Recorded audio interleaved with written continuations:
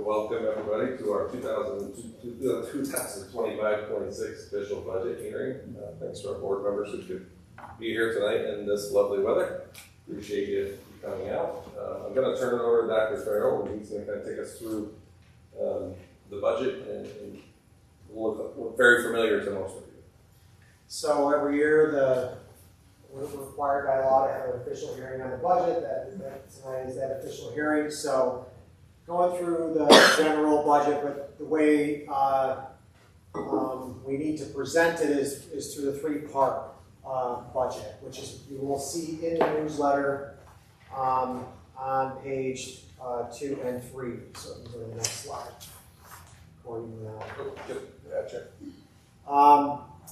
This is the overall summary. Total revenue expenses obviously match. It is a $59,769,964 budget.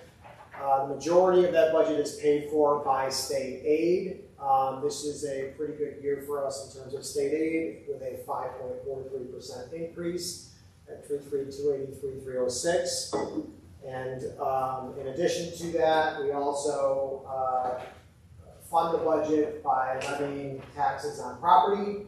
The property tax levy this year is at $18,619,730, which is a 1.99% increase on the levy. We do have a small use of reserve in this budget at $40,000, which is to pay for tail claims in our workers' compensation reserve, which is what we typically do year to year and what the reserve is built for. So go to the next slide. Summary three-part. The three-part budget is broken out into program, capital, and administrative. This chart, as you'll see in the newsletter, breaks it out in those three parts and shows from year to year the difference and change. The programmatic budget is up 1.7. You'll see that capital is down $728,000, which is falling off the middle school debt service, and that will be quickly picked up next year in this capital projects that we're now in the middle of. But that debt service is down $728, and that's why capital is down that much. Administrative is up $898, and various reasons, and we'll do the breakdown of each of those three parts to see why that is the case. Program budget. So this is all programmatic parts of the budget, including instructional, educational support, computer-assisted instruction, guidance, health, co-curricular, athletics, and as far as networking and anything that's really tied to instruction, not necessarily the support of instruction. So they call that the program side of the budget. That's broken down in between instructional, transportation, your community recreation, which is the pool, which is really the payment for a community coordinator or pool coordinator to be on site at the pool. Anywhere from transfers we have, employee benefits being one of the larger pieces of the pie, and then legal. Capital budget, go ahead. The capital budget. This is for physical plant, including utilities, and also debt service payments. So probably the largest part of this is debt service payments. That's how you pay for capital. When you do a capital project, you might do a $25 million project, but you pay for that project by borrowing money over a 15-year period. And those payments then pile up based on the number of capital projects. So this has debt service from 15 years ago from projects that started, right? So you can see one that fell off, which is the middle school, which is now 20 years old, believe it or not. And when that falls off, that debt service payment falls off. Now, typically we fill that payment back with a project the following year, and we're just in a lag period, and that's why that fall off is there. Plant and operations is mainly the maintenance and security side of the budget. But basically to operate the school district in terms of its utilities, heats, light, all of the facilities in terms of how we house everyone. So that budget is down a little bit, mostly due to debt service. The admin budget, this is general management support activities, including the Board of Education, central and financial administration, support staff, central services, and any special items that are not included in the instructional side. So this isn't just full administration. That's not what this part actually means. There are actually administrators that are instructionally tied that are in the programmatic side, they're not necessarily on the administrative side. So there are staff that you would think would be on the program side that are actually on the administrative side. So it's not as simple as to cut out this is all just administration.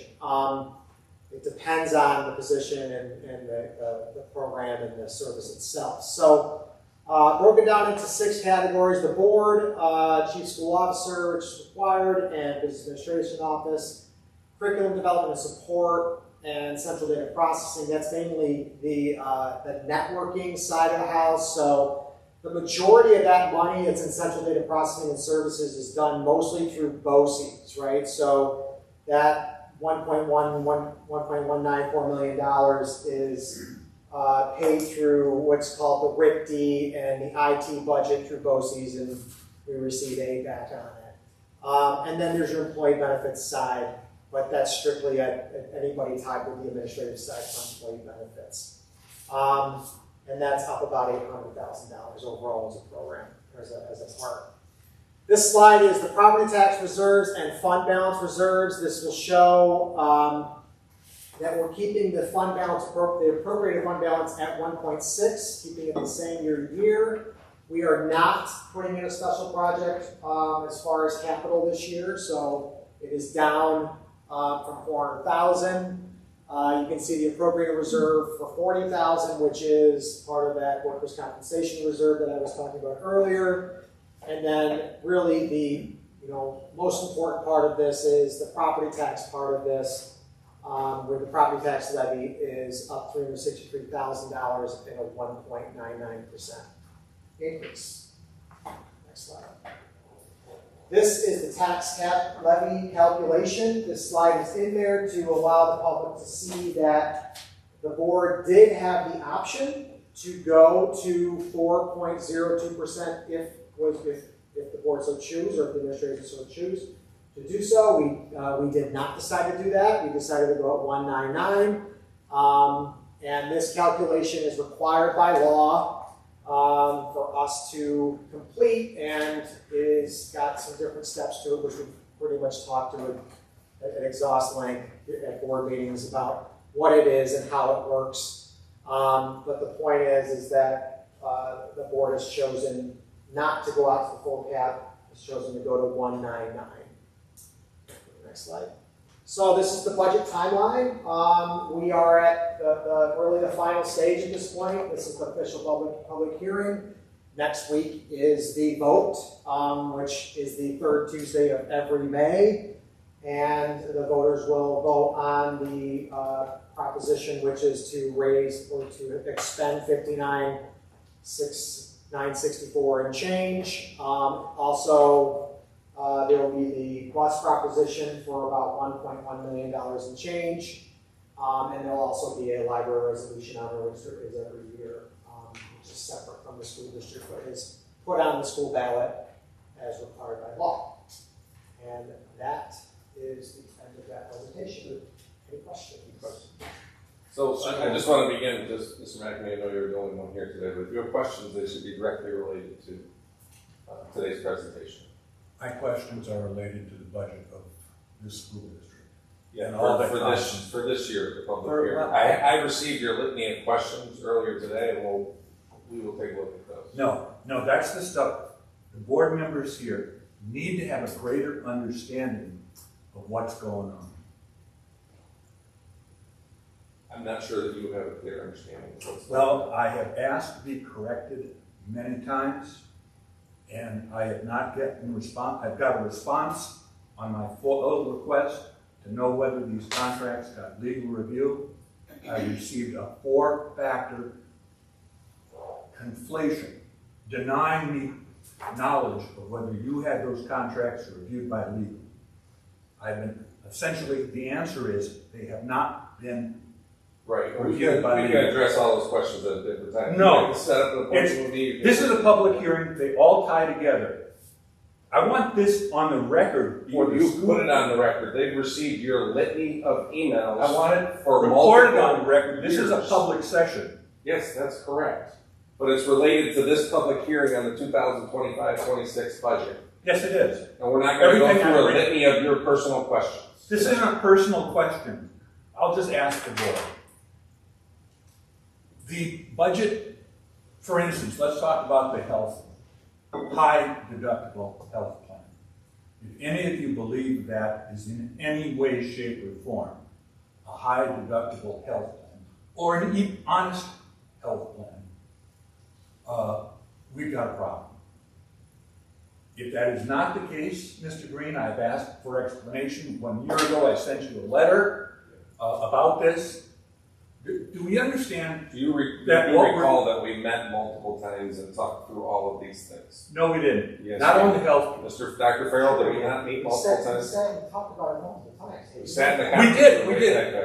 And as of last year, when I sent you that letter, I showed you a menagerie of confusion because we never talked about how it was being implemented. It is not what it appears to be.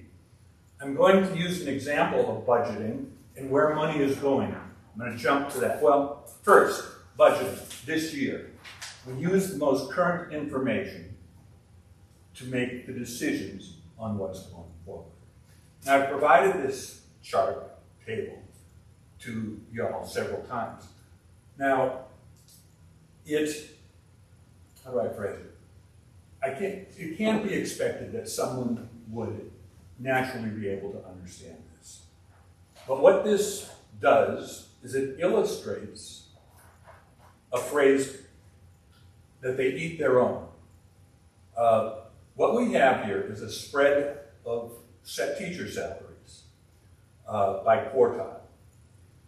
And what it shows is that at the high end of the ranking, there are 67 school districts in the southern tier. We rank third, and we, for the last quartile, we rank 21st for the first quartile. Now, there's a $43,000 variance between the low and the high. So, and if we compare ourselves with Vestal, Maine Endwell, and Lansing, we are way below. Forget about Lansing. We're way below in the salaries we're offering the teachers. But the highest in the salaries we're paying teachers. Now, this is how you distort the PMF data to show that we are, on average, going down. We are getting an ever steeper gradient between low and high. Maine Endwell actually declines. Vestal actually declines. Lansing is similar to ours. However, there's a business case for Lansing. They are the highest cost area to live in the southern tier. So we never made any budget consideration for the fact that we want the best and the brightest to teach our kids. That doesn't seem to be reflected in the numbers. I'm going to go to the,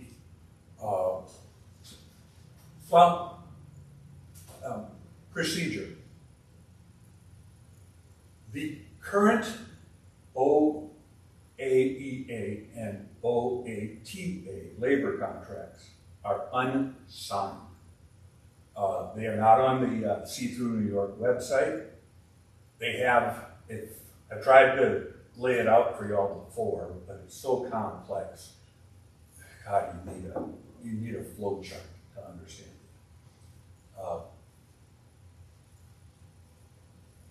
In that, the school is essentially funding a 401k in the amount of $3,500 for the individual and $7,000 for the family. Now, there's fuzziness to this. And like I said, it would take a long time to lay out the machinations. But I'm going to go to provision 27.2 of the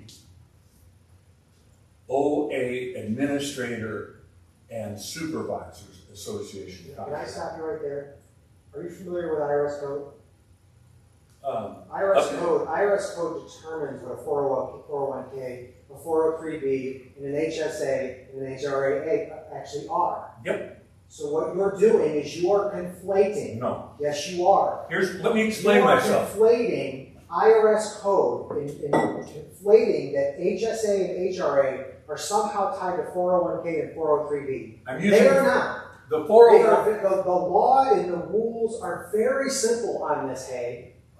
And what you're doing is you're conflating. No, Yes, you let me are. explain You know myself. Let's use a 403B. You know what you're doing right now.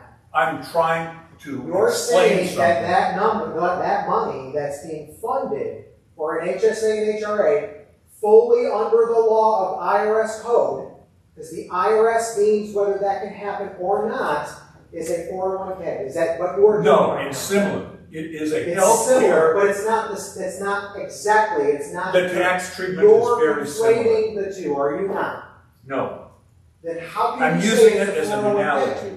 No, I think this is really important. It is. Okay, Because then what hear me out. What you're doing is you're taking IRS code and you're mixing them, All right. and that's not okay. Let's That's throw not away okay. IRS code. That is Ask what they're doing. a complete misrepresentation. No. Yes, it is. Here, let me. You and I can talk about this all we want. Tell me if this is wrong. But I'm going to start. No, I better be careful. Every year, you're going to give somebody $7,000 for an HSA, HSA. And what isn't used is rolled over. which Correct. is correct under the law. No, I'm not.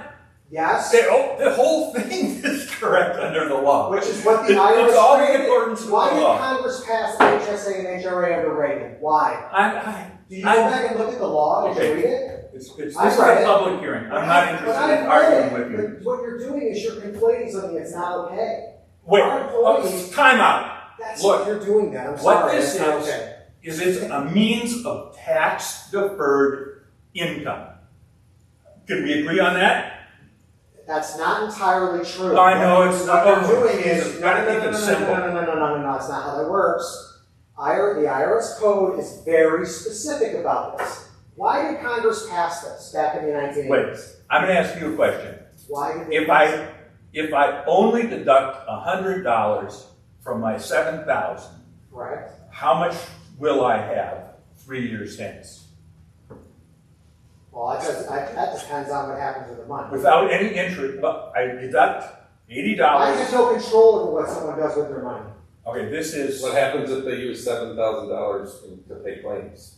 Then they're 100% covered. Correct.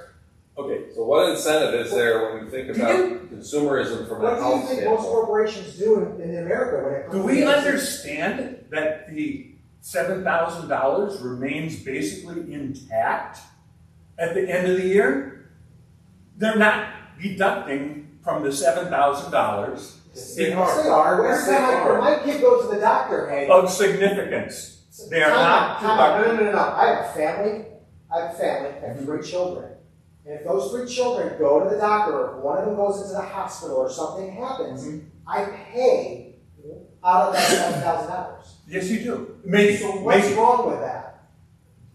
What's wrong with that? If you have a $3,000 prescription cost over the year, Correct? and that's your only expense. That's the only expense. Does that $3,000 come out of the $7,000? Yes, it does. If you read, it says, my God, do we understand the contracts here? No. No, time, You are wrong. I'm sorry. You're not You're right. correct, about but this is part of the issue. This is then. why All right. you can't do what you're doing, because you're creating this information, and it's very, very wrong what you're doing in terms of that. Because then let's go to the detail. which I think we really ought to do off to the side, because you continue No, to I find won't ways do to- that anymore. You could, how many years have You're you going to been do this all doing night this? long. Look, okay, We've been doing this for 15 years. There doesn't matter what superintendent. all right, or- please. Let me go to provision 27.2 of Sorry, I the didn't know this was a long time. OAS contract. What it says is that employees will get a $1,200 contribution to their 403B, which is the equivalent of a 401k for a public employee. Now, I'll read you the language. If a member of the Administrators Association successfully completes 12 hours of professional development, which was pre-approved by his or her immediate supervisor, he or she will receive a $1,200 stipend not added to base. The stipend will be deposited in a 403B account of the unit member's designation upon completion of 12 hours. Okay, what is that? So we have salaried employees.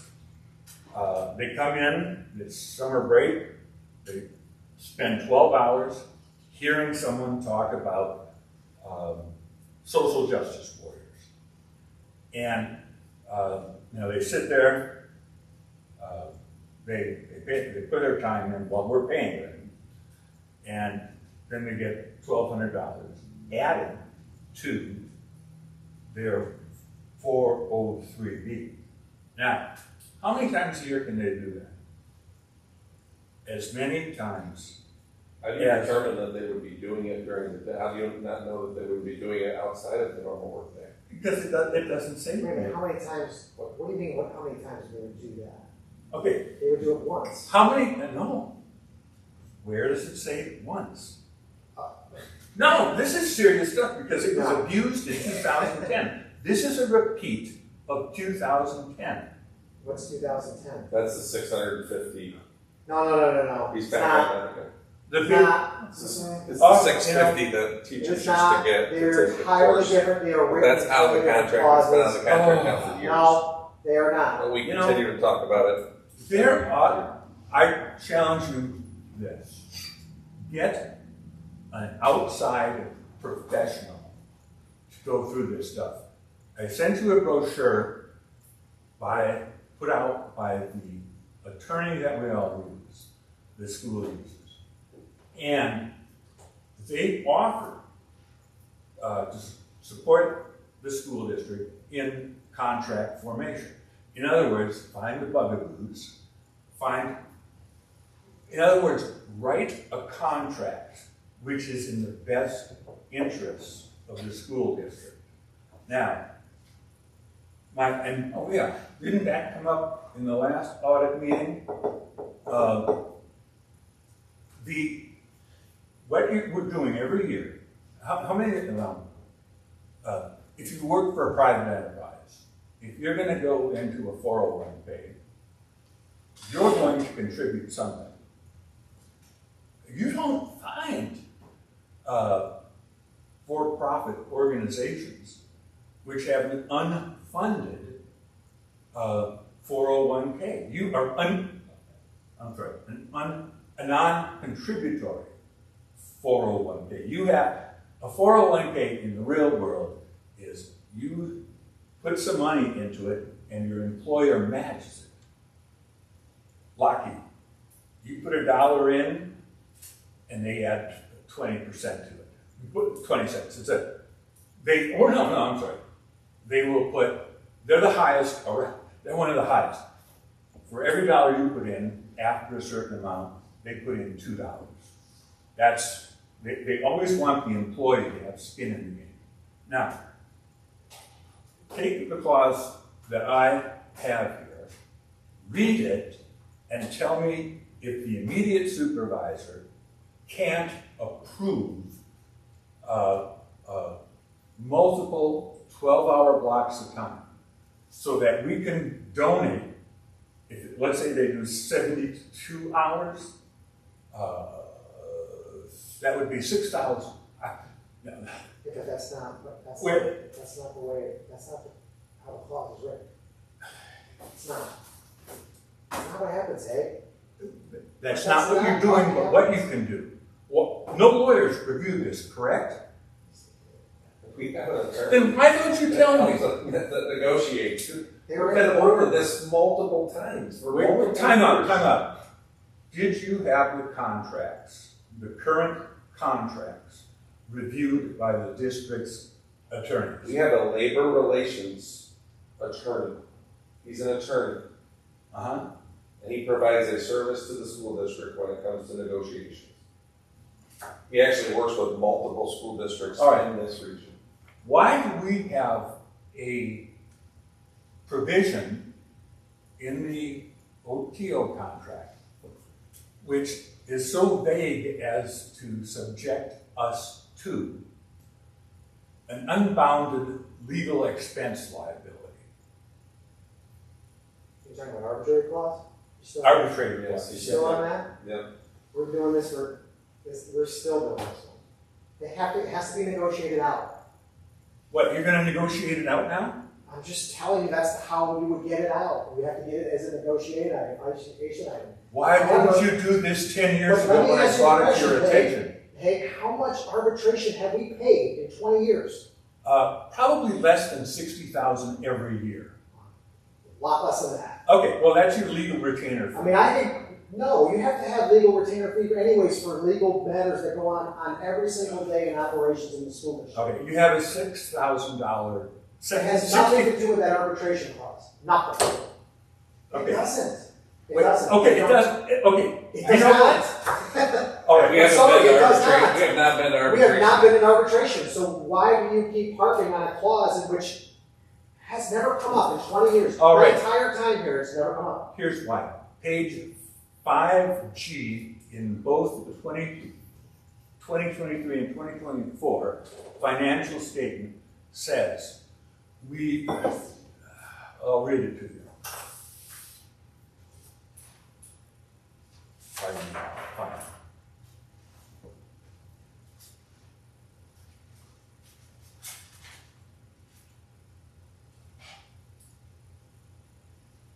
Fees related to legal counsel have increased in the past year and are expected to continue.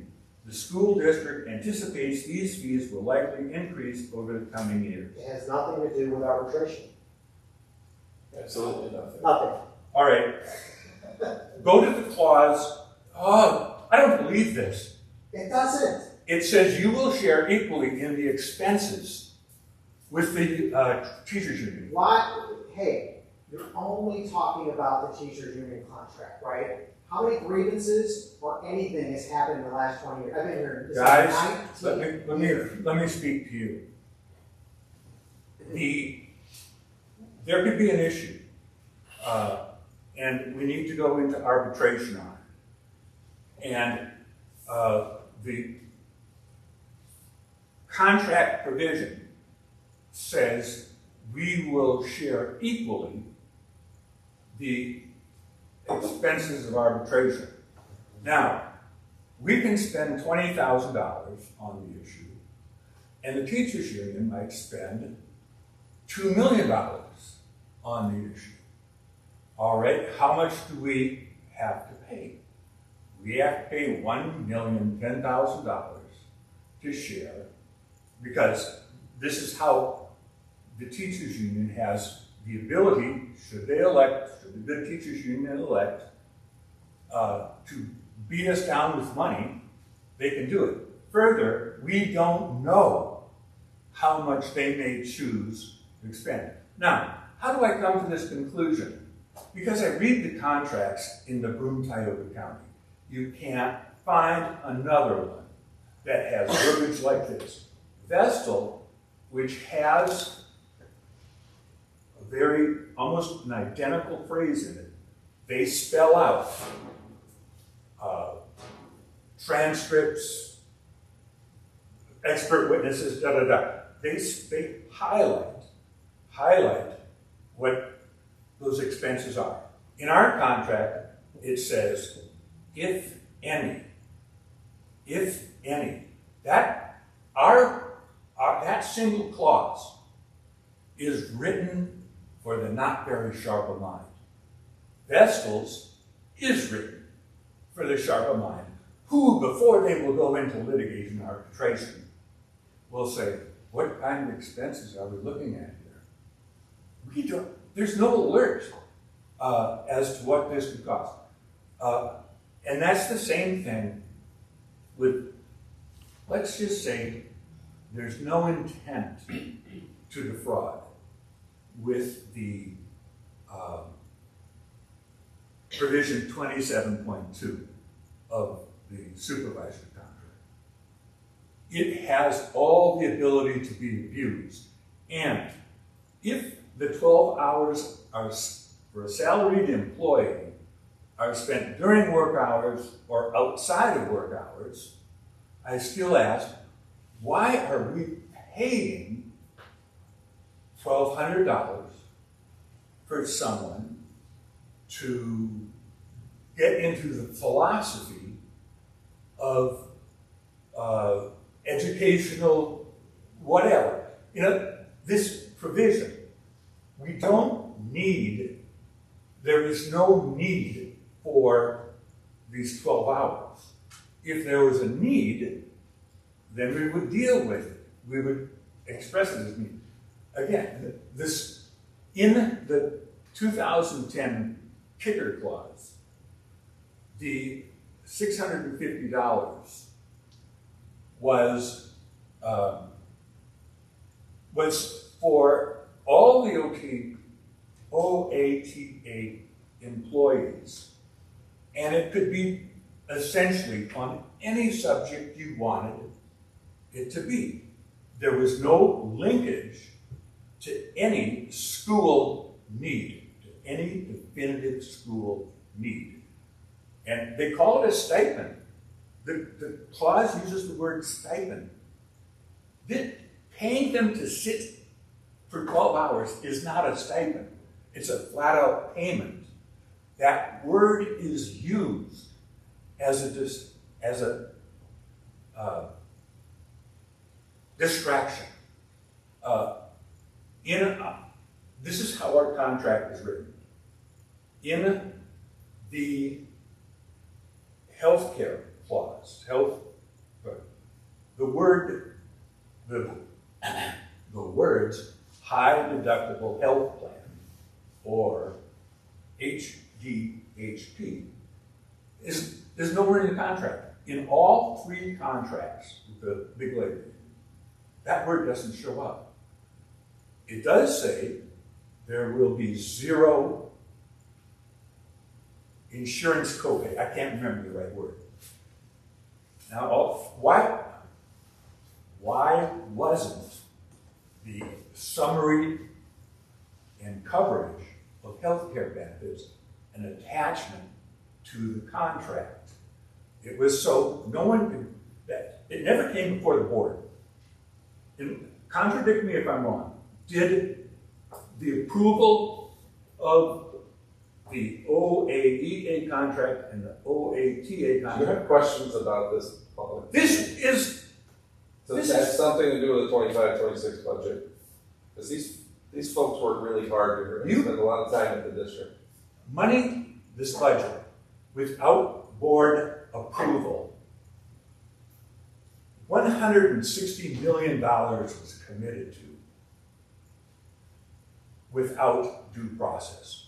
I think that's part of the budget. Budget process is part of what's going on here. Would you disagree with me, please? Tell me, was the OAEA or OATA contract ever presented to the board? Sure, absolutely. Did they vote on it? Well, yeah, of course they would vote on they would vote on the approval of the agreement. Okay, Remember that the contract's between the superintendent and that organization. you can't sign it until you have the approved funding. Right, exactly. The OAAS contract was signed before you had board approval. Okay. I'm not referring to what you're Okay, talking about. the contract, that contract, part of it. Guys, I've worked contracts all my life. And I knew when you had an entity you had to work very careful with is it was when the contract was in two pieces. I challenge you to read the OAAS, I'll call it contract amendment. It has 3 different names. It is buried in the personnel consent agenda, not the business agenda. No one who reads that could make a decision, an informed decision on the contract. And that is why I use,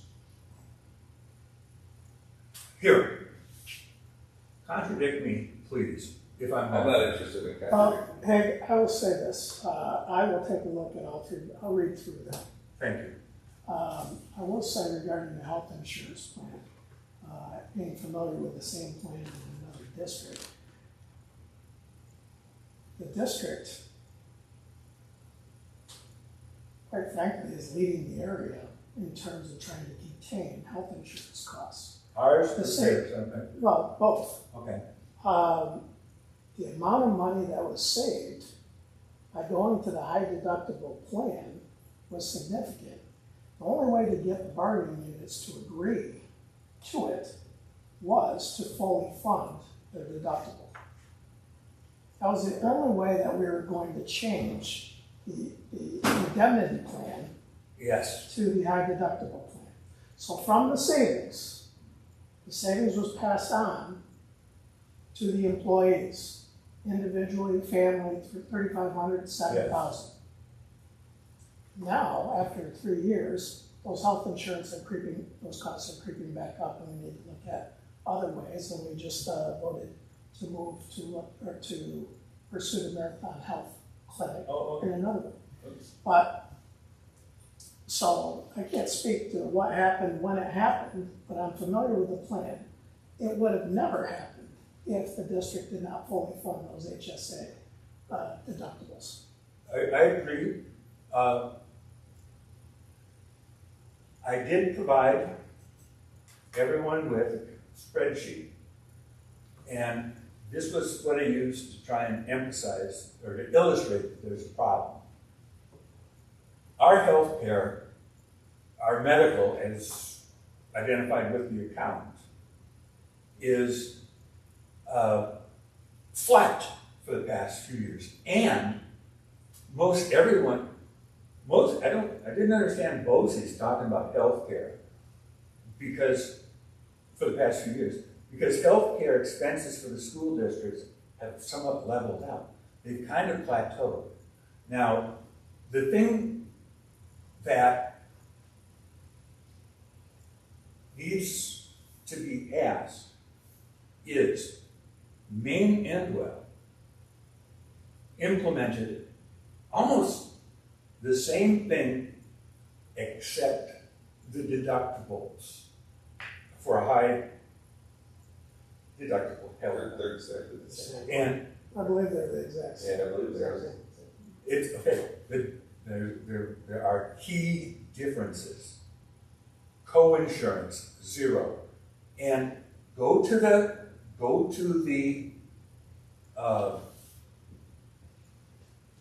summary of benefits and coverage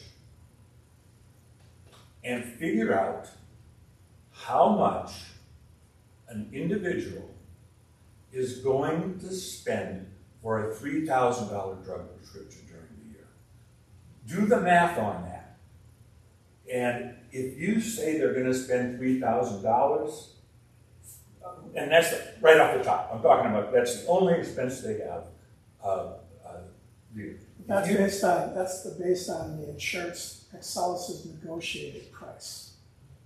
Well, So it might be significantly less than $3,000. okay, I'm just saying any drug, it has a cost of Depends on $3,000. what it is though. Which then gives choice.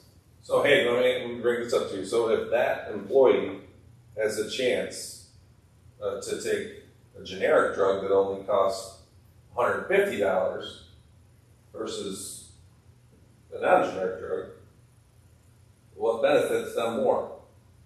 Well, But we know Right. however. So there's the idea around consumerism here, so they're still paying for it out of their $3,000. Okay, here's what it They have a says. choice to make with Why that. are you fixating on the 3,000, like I'm trying to get an example across. Okay, but there's something there, what is it? Please, bear with me, please. Okay, Okay. That singular drug, if you, and it's generic, it's $3,000 generic drug. If you look at the co-pays, you can. There's no co-pays, Go there's ahead. no co-pays until you meet the deductible. Correct. Co-pays are only for the prescription drugs, up to $600 and $1,800, depending on if it's, ours is a little different. Ours is 600. So it's a little different contract wise, Individual, but okay. he's right. Okay. So the company's only taking it after the deductible. Okay, unless we add numbers here, I don't know if this is wholly productive, but let me just go to this. We had no, as promised in the financial statements, we saved no money by going to the HDHP. Maine Denwell, their numbers show that when they went to implemented an HDHP, they saved 20% the year they implemented it. We show no savings. And again, the way I came to my perspective, and this isn't, I'm not shooting from the hip here. I put a lot of time into trying to come to these things. If I'm wrong, God, I'd love to have someone show me I'm wrong. But if you read our clause for health insurance, it says what it says. And if you go to our summary of healthcare benefits and you match them together, and it's not what you think. If you take Maine Endwell's contract provisions and match them to the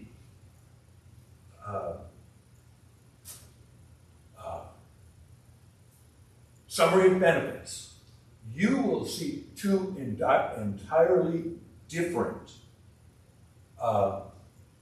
mechanisms. So you're talking about the summary of benefits from Excelis, Yes, I think it's that. and they're different?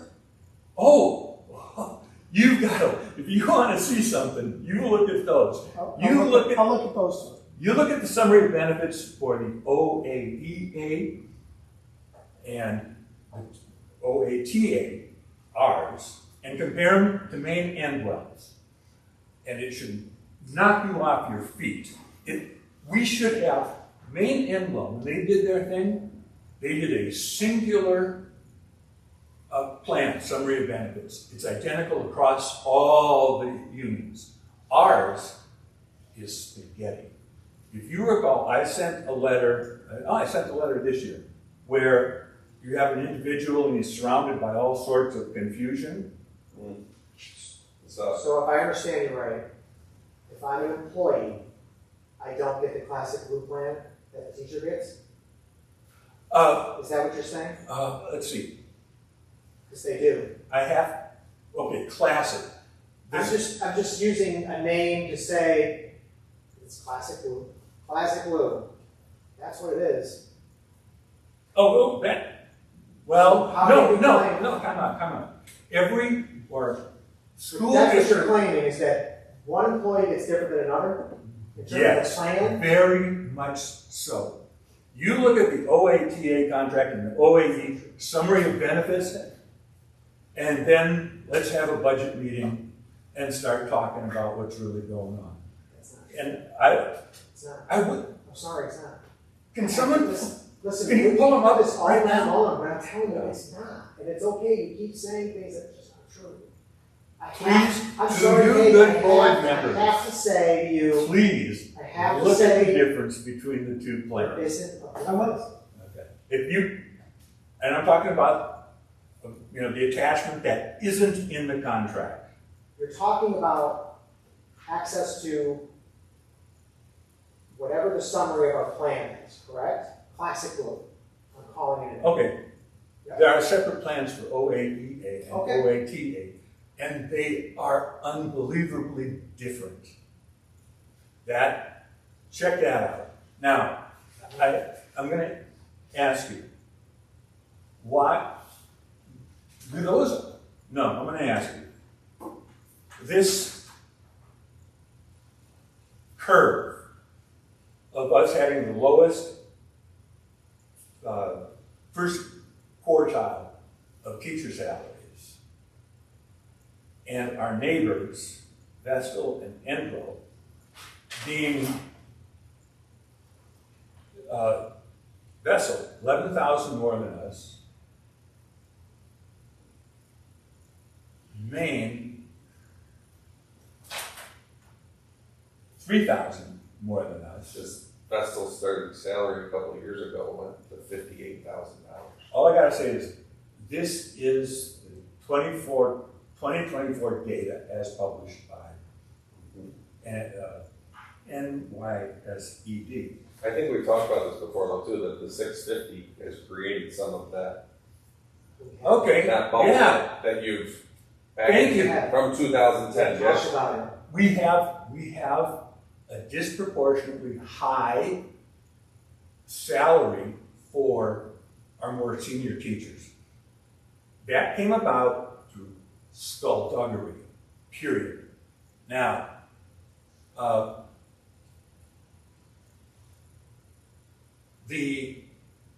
and mind you, this and the fact that at 55 you can retire, both get your pension, tiers 3 and 4. You can retire at 55, receive your pension, and receive the health plan until, without any change in your contribution, up to 65. Now,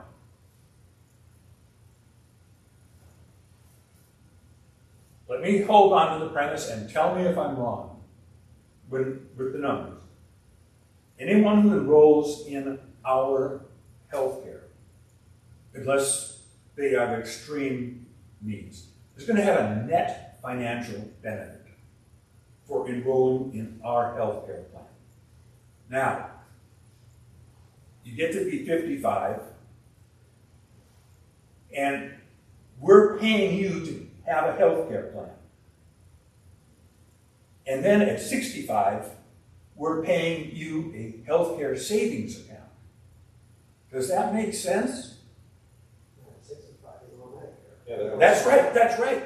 But if I read the contract properly, I'm more than happy. If you read, You're assuming that you pay the premium and then you don't spend any money from your HSA. Most Yes. people are spending. very from little, their very HSA. little. And that's why I'm trying to focus on the simplest We don't example. know whether they're paying or not paying. We don't see that information. It- We don't either. It's their own account. Oh, it is. But you're charging them like, I calculated $80. It's either $80 or $160 for a $3,000 prescription. You're talking about which employees, 55 to 65? No, okay, sorry. 65 or older? Anyone, and I don't want to go through the machinations of Medicare, I'll just stay below 65. Anyone who has a $3,000 prescription will pay a maximum of, it's either $80 or $160 that year for the $3,000. That $3,000 will not be deducted from the healthcare savings account. Now, all I gotta say is, read it. If you can come to a different conclusion, I will humbly get on my knees and do that. I've done the math, have you?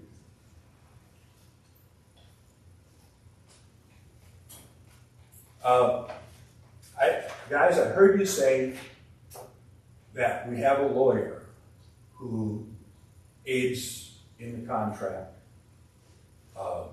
formation process.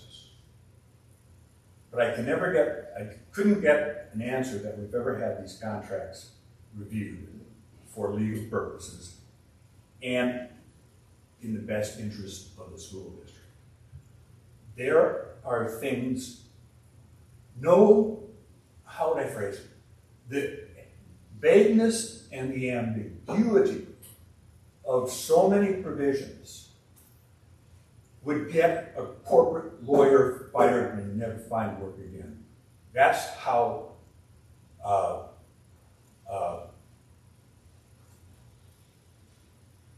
unprofessionally these contracts are being looked at. And what did I use as my gauge for being so critical of our contracts? Now, I read contracts and hunted for money for my career, but I never did labor contracts. But I took, and I think it's every single contract of Broome, Tioga County and others in our greater area, and I read them. And that's how I can say with all authority that the arbitration clause in all of their contracts is better than ours because it doesn't lead you to,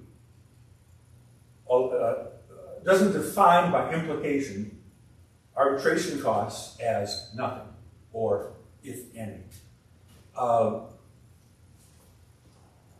That should be, our superintendent's contract is illegal. Do you know where it's illegal? I'm sure you're going to tell. It's against the law for the appraisal of the superintendent to be held in conference. That is, it has to be available to the public for review. It is You're talking about the evaluation. your evaluation, Right. But you received the summary evaluation. not your last one. Because you No, foiled it. I did, and I got garbage. Well, it's because it's not what you It wanted. was, no, it was. But technically, it's the foilable document that I got some screenshots from Mr. DeCosmo on my iPhone. Screenshots. I didn't get an appraisal. I asked for an appraisal. I got Mr. Russell's appraisal, and it was 8.5 by 11 sheets. I didn't get anything that was real large, but it doesn't matter. The prohibition to disclose your appraisal is illegal. And I advised the board of this many times in the past. I've advised the board about many things. Do you know that the company that we use called Super Eval is probably in, I would say probably now in at least 65 to 70% of the districts, if not more, in New York State. And every superintendent has the same culminating foilable document at the end of that. I wish I would have gotten that, because I did not. We're good on this. Okay, What? We're good on this. Yep. I think we're good. We're good. how do you plan to keep and maintain the best and brightest with the current salary structure that's in place? Plan to? Yeah, I mean, you need to look ahead and say, teachers are now in demand. Depends on the subject area, and there'd be a little bit there. Okay, well, basically I see that labor, it's a seller's market for labor. So why are we incentivizing our people, both in terms of benefits and salaries, and retirement incentives? I mean, why are we incentivizing for our most senior people to leave? And if the answer is because they're too expensive, we've got our heads on backwards. If they're being paid more than they're worth, why are we paying them more than they're worth? Oh, no, they're not. They're all being paid what they're worth. We Oh. have tremendous teachers in this school district. Oh, please do not take anything I say as a reflection on the people of the school, employees. But why, if we have a senior person who's been managing the buses for 20 years, why are we offering him an incentive to leave? In the OAT contract, you're talking about All 30,000. contracts, all contracts. There's some, I think you can make $3,000. I guess it depends on whether you fill the position or not. Because if you don't fill the position, over time, that's one less position that you're paying for. Okay. Which they're gonna be eligible to have their benefits anyways. No. Why do we want them to retire early? They don't retire early. They have stipulations from New York State on their retirement. 55. 55 and 30 years, and you can collect. If you have 55 and less than 30 years, you're gonna take a penalty to be able to collect. Let me use the 30 years. I'm not arguing with you that, I can tell you right now, we have multiple teachers that are back there teaching. I can also tell you that New York State is fully funding the opportunity for state employees to be able to get paid with their retirement with no cap. Just got approved again. It's been approved for the past few years. Please help me with that. So they can retire, and then they can come back to work and still get paid. Okay, well, okay, so we can pay somebody an incentive to retire and then hire them back. I think that you should call Meisters and have a conversation with No, you're our agent. for their that. folks. Seriously, why are we spending $270,000 on early retirement incentives?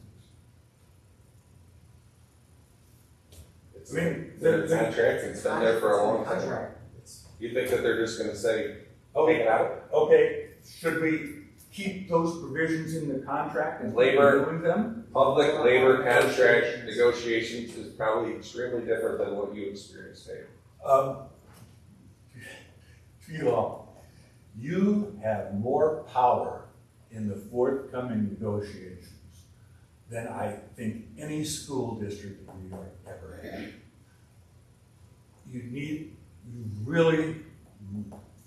I wish it could be conveyed to you how you have not only the business case to hold your ground, but you have the moral high ground.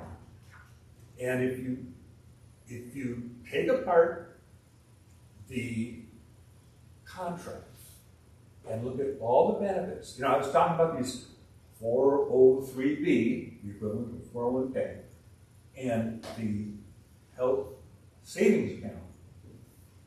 Those things grow over time.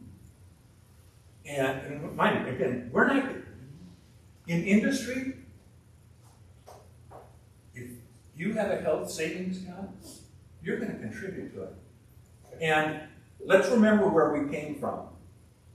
We didn't go from a PPO to the HDHP.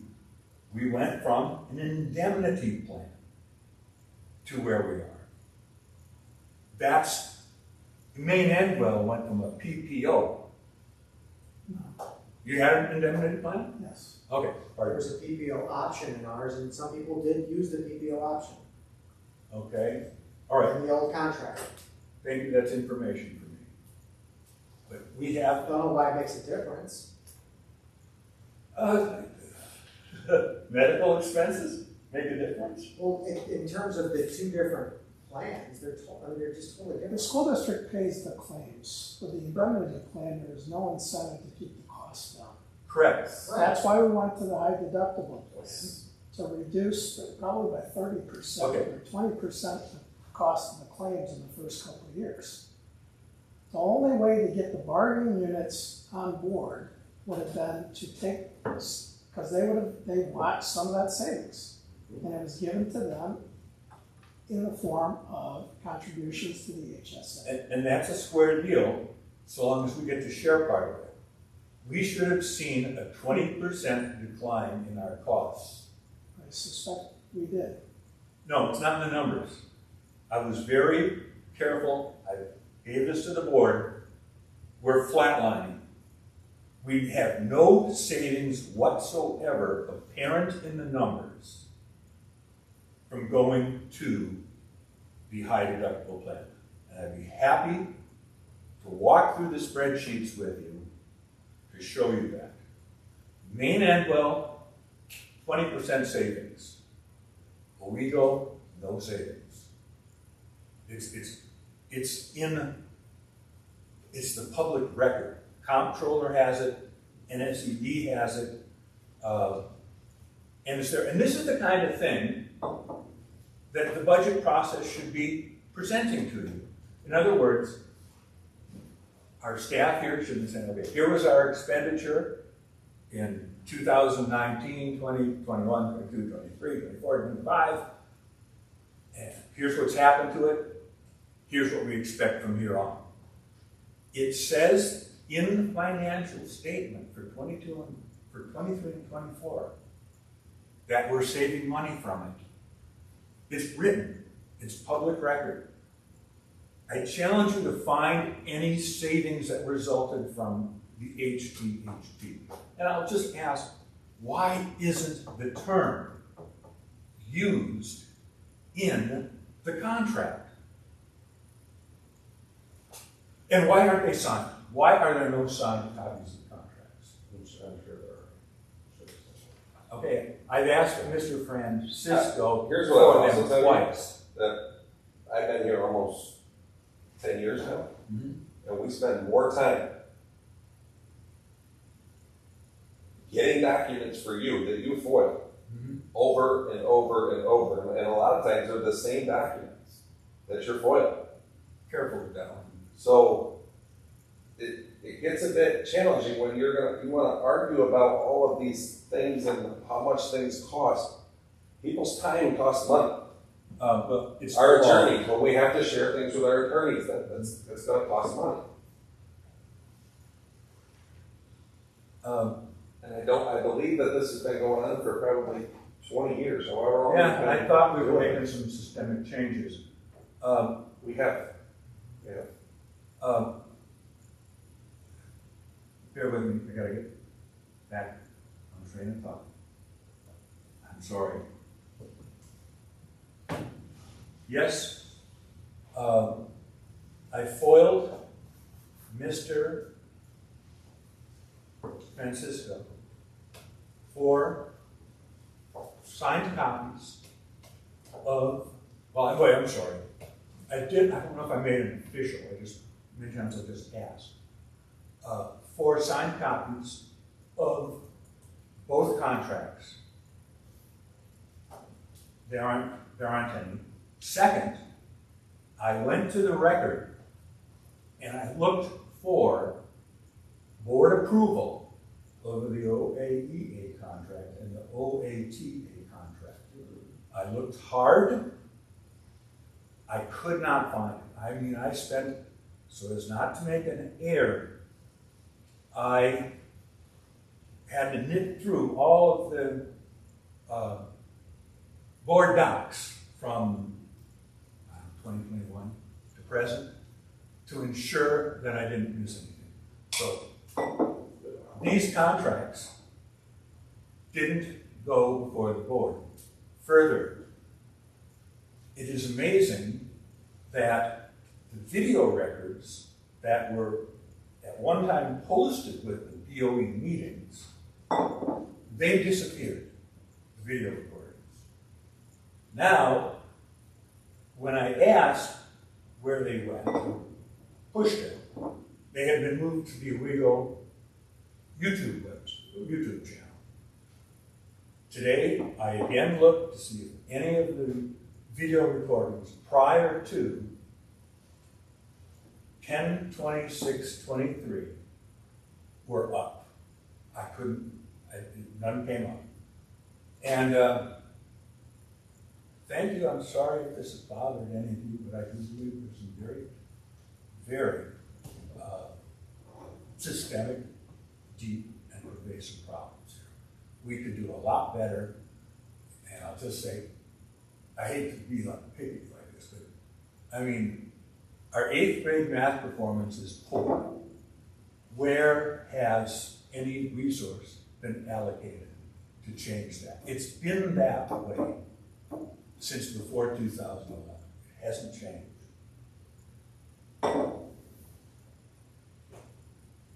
Thank you. Good. Thank you. Thanks, guys.